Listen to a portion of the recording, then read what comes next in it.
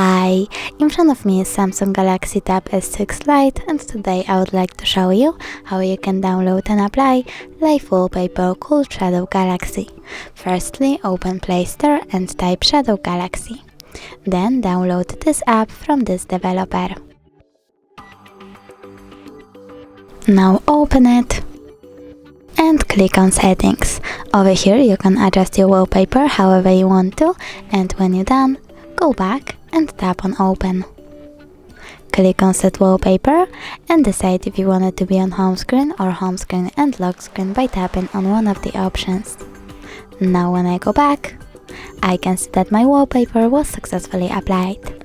Thanks so much for watching. If you enjoyed this video, don't forget to leave a like, comment and subscribe. Bye!